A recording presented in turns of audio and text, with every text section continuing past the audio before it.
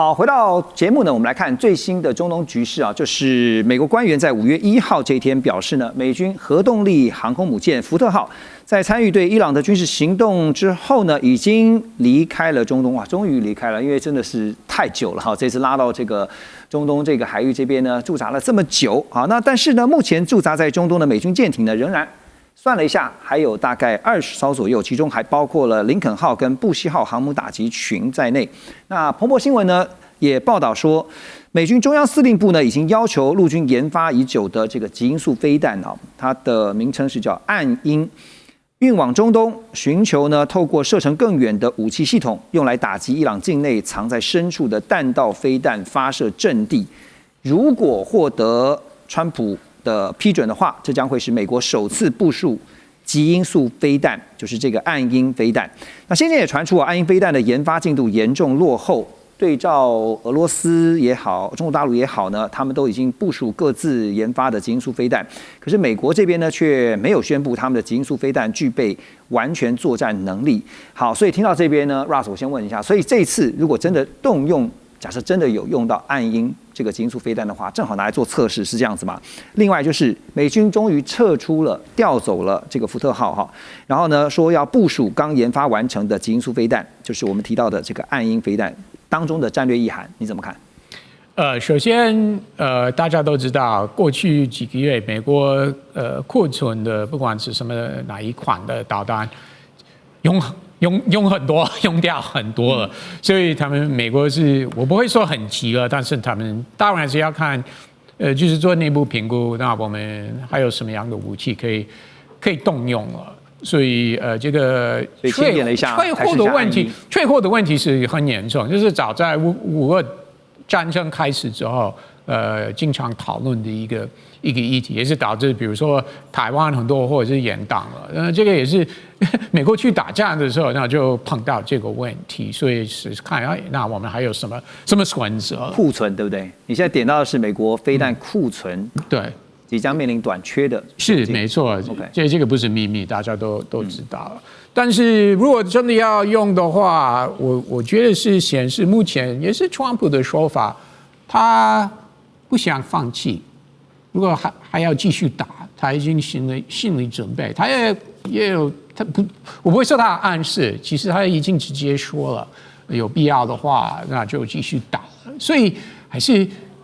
最好的方法是伊朗投降让步了，但因为川普好像他真的准备好，他如果有必要的话就会继续打。但因为最近这2天我们不是看到说，为了规避这个国会，有分析是这样看哈，就是为了规避国会这个授权的问题啊，60天已经期满了。然后也就直接透过官员表达说，部长说，对于伊朗的敌对状态已经结束了，对这个 clock 已经重新算了，对不对？就是川普政府团队的解读了。其实国会没有什么选择了。我的意思是说，如果今天川普在动用兵力的话，国会没什么选择，可以抱怨，民主党籍的国会议员可以抱怨。几个共和党籍的也会抱怨，但是他们没有实质的因应措施可以用，所以如果川普要继续打，美国就会继续打，这个都是由川普决定。所以不排除有一个最后一集这样子，是吧？这集不知道会拖多久，因为我一直认为川普是希望这战争是最晚在夏天前就结束了。对，因为他是担心油价继续升高了，然后进入其中选举期间，所以可以说川普也是希望可以提早结束，所以川普也到目前为止也虽然最近1-2天他公开说我不能接受伊朗的条件。没错。但是有一个重点是，他还愿意谈，他没有说我不愿意跟他们谈。你讲的是说最新的发展是，伊朗已经把他们的这个谈判的这个相关的内容交给了巴基斯坦第三方调解。那但这部分的话，川普是说他不满意，他还是要回到原先的这个战略目标，也就是要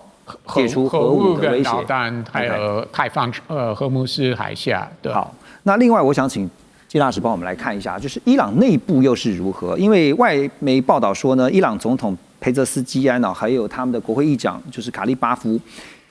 传出呢正在打算要撤换他们的外长阿拉奇啊，理由是什么呢？是阿拉奇在谈判期间是遵照革命卫队的指示行事，可是呢并没有把相关的决定告知总统。那另一方面呢，伊朗国家电视台呢也代为宣读了伊朗最高领袖现在的这个穆吉达巴哈米尼的对外发言。那他的文字是这样说呢：今天在全球恶霸在本区域进行史上最大规模军事部署和侵略，以及美国在他们的计划蒙受颜面尽失的挫败，2个月后，波斯湾和荷姆兹海峡正在揭开新的篇章哈。所以我的问题是说，伊朗目前因为这2天川普也讲了，他说呢内部有2股、3股势力在拉扯，他不知道要跟谁谈。您觉得在伊朗内部的权力结构现在是如何？我觉得伊朗应该是还是很团结的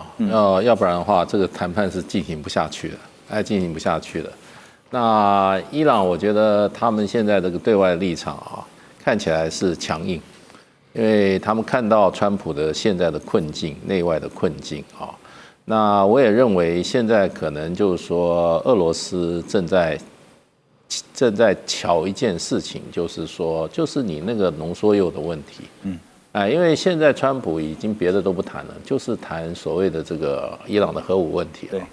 那川普就说你绝对不能拥有。可是这个在过去的话，其实伊朗也是有让步的空间的那时候的伊核协议就是这个空间，就是说我还让你来监督呢。那所以这个东西我觉得是最后一集啦，就是说，而且川普基本上一直说他们很分裂，可是呢又一直说他们很想谈，他们很想，他们现在提出一个已经都是川普在说，只是我不答应，都是川普在讲，所以川普的话基本上矛盾。不过我觉得就是说，如果说阿拉奇被换的话，这个在外交谈判上很普遍的，对，阵前换将很普遍，因为事实上的话，这个谈判是非常困难的非常困难的。我跟你讲，我们这个谈判的理论上常常讲谈判者 negotiator 通常不是被正面射来的箭射死，都是从背面射来的箭把它射死。从后面，对，他也可能是牺牲打。因为国内有人对这个谈判不满意的时候，那他们就把他这个阿拉奇把它牺牲掉。不过我觉得基本上就是说，伊朗目前的体制看起来并没有分裂的迹象，要不然他所有的这些承受这么大压力早就该分裂了。早主战组合老早就分裂了。那这个历史上古今中外例子太多了。那在这种强大压力，他现在还能够撑在那个地方，我认为他内部分裂可能是川普的一种分化的方式，一种手段，一种分化跟手段。不过我认为这个可能已经到最后阶段了，因为即使是说60天这个时间起算的方式各有不同